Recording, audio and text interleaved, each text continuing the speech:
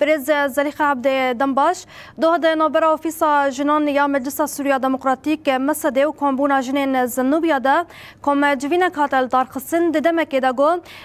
دسلاتا شامی حول ده گو رولا جنان دنوا جواکی ده تونه بکه جوین کاتل دارخصن ده گو رولا جنان دنوا جواکی ده بخورتر ببا و هر وها ده جه بریارداین ده جی ببن خودی رولکی سرکه دارخصنا و جوین ددمه که وها ده ون خودی چنگرینگی دبینن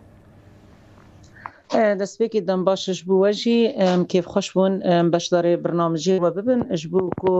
ئەم ڕەوشە ژن بە تایبەت دەvê مرحلانها تێ مەشاندن یعنی مرحلەکی پر گرینگە ئەش بەر کو نهاژی ونجی متابعە dikin ون dişopînin li destûra ku hatî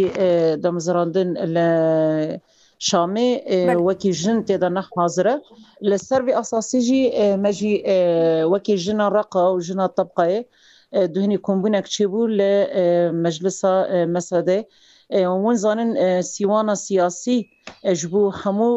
Rojhilatê Bakurê Sûrî Mesedê ye û bi taybet jî beça xwe ê sereke bi beşê xwe jin ji bo hawî jî jinê Reqa û Tebqayê dihotu beser hevdî bûn bi hemû beşên xwe rêveber partî kombûna Zenobia ji bo ku bigîn biryarekî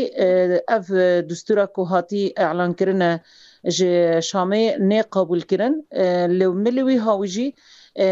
komîtayê ku hatî avakirin ew komîte ji bo konîrîna jin temamî di her kantona de werê girtin çawa jin hebûna xwe di distûrê de hebe em çawa kanibin bi Şamêrê tefahumekî çê bikin îtîfaqekî çê bikin çawa jin rola xwe di cîr wîzaretê de cî xwe bigire li ser vê esasî çi hate nîqaşkirin bi rastî civînekî pir girîng e ji bo me wekî jin û bi taybet jî li bajarê Reqayê û Tebqayê jinê ku zêdetir hatin kuştin qetilkirin şiddet serê wê hate meşandin riya çeteyên Daişê û biriya zihniyeta dewleta Beşar el-Esed pir girîngek ji bo ku jin rolekî xwe baş bilîze li ser vê esasî niha tedî îtîfaqî ku bi Şamêran tên çêkirin li jina wê jî derket em li jinayê ku li ser erdê nîqaş bike rola xwe bilîze bi millet re tekuşîn bike ji bo ku em çawa muessesatê rêveberiyên xaser û ê dewletê çawa bigîn hevde ev tiştana mijarekî pir girîng e ji bo hawî jî jin çawa rola xwe bilîze li ser esasê ku tevlebûnê rêveberiyan me û rêveberiyên dewletê çawa bigin hevde û çawa em xweberêva bibin li ser vê esasî civîn hat derxistin komîtayê ku derket jî zatê ji pêkhateyên Ereb pêkhateyên Kurd jî hatin derxistin û ji kombûna Zenobia bû ji rêveberiya xaser bû û ji partiyên siyasî ê li ser erdê Reqa û Tebqayê destpêkê zatê kerem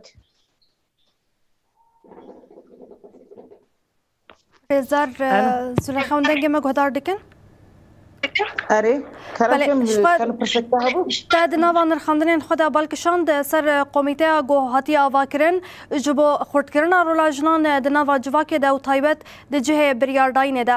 ev komîte wê xewatên xwe tenê li kantonên Reqa û Tebqayê bide meşandin an li tevahî herêmên Bakur û Rojhilatê Sûriyê û Sûriye jî di nav de ev komîteyê ku hat avakirin wê rola xwe li ser Tebqa û Reqayê wê rola xwe bilîze ji ber ku biryarê ku hatî standine li her kantonekê li her cihekî wê komîte ava bibin komîte ser navê rêveberiyên xaser ava bibin ser navê partiyên ava bibin li wê milî jî Mesedê beşê xwe jin çawa komîtekê xwe jin ava bikî di rola xwe di ê giştî de rola xwe bilîze çawa nêrînê gel û nêrînên rêveberiyên heyî em bigin hevde ku em kanibin wê demê bi Şamêr em nîqaş bikin çawa em bigin hevde li ser vê esasî ev komîta wê rola xwe li ser kantona Reqayê û Tebqayê karê xwe bimeşîne Belê hevseroka desteya perwerdeya kantona Reqayê Birêz Zelîxa Ebdî em te spas dikin ji bo beşdarbûna te spas ji bo we jî